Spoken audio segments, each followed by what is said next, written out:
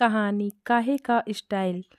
छोटी सी पीहू विधि के पास आई और बोली, मम्मी आप मुझे सुंदर बनाकर क्यों नहीं रखते? आपको तो अच्छे से बाल बनाने नहीं आते और ना ही कोई स्टाइलिश ड्रेस, ना ही कोई एसेसरीज दिलाते हो। आप मुझे कितना गंदा रखते हो, बाकी बच्चे कितनी अच्छी अच्छी ड्रेस पहनते हैं। आप तो गंदी मम्मी हो। मुझे आपसे बात नहीं करनी। क्या हुआ लाडो, इतना गुस्सा क्यों आ रहा है मेरी पीहू को? माँ से कोई गलती हो गई है क्या? विधि ने पीहू से बड़े प्यार से पूछा। आपको कुछ नहीं आता, पीहू ने गुस्से में फिर कहा। अच्छा ठीक है, माना मुझे कुछ नहीं आता, लेकिन तुम्हें ये सब कैसे पता चला?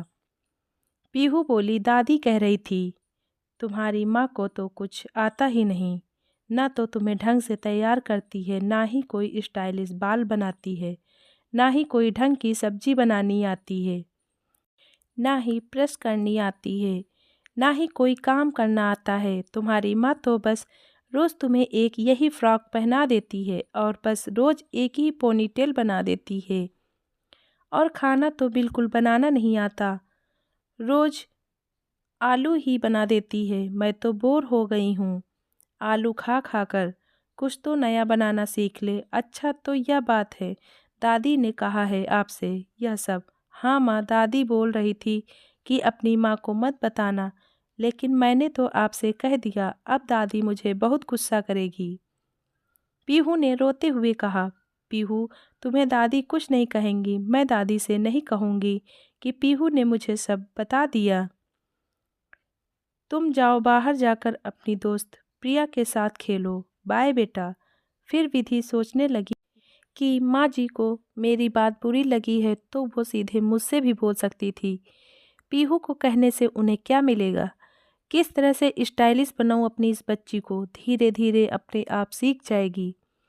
बच्चों का उनकी उम्र के अनुसार ही तो मेकअप किया जाता है, या छोटे बच्चे को भारी भरकम गहने पहना दूँ, कपड़े पहना दूँ?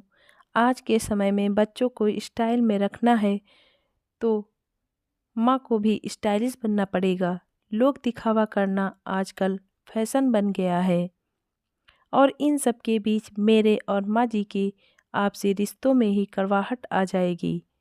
काश हमारे बड़े बुजुर्ग अपनी बातें सीधे अपनी बहुओं से कहें, पोते पोतियों के सामने अपने रिश्तों को तार तार न करें। इसका सीधा प्रभाव बच्चों पर पड़ता है। यदि आपका तालमेल अपनी बहू से न बने तो आपस में बात करें, उसका कोई न कोई हल निकल आएगा। लेकिन बच्चों के सामने लड़ाई झगड़ा करने से, उनके बारे में बुरे गलत तरीके से बोलने से बनती बात भी बिगड़ सकती है, और इससे होने वाले परिणामों का असर पूरे परिवार को भुगतना पड़ता है। धन्यवाद।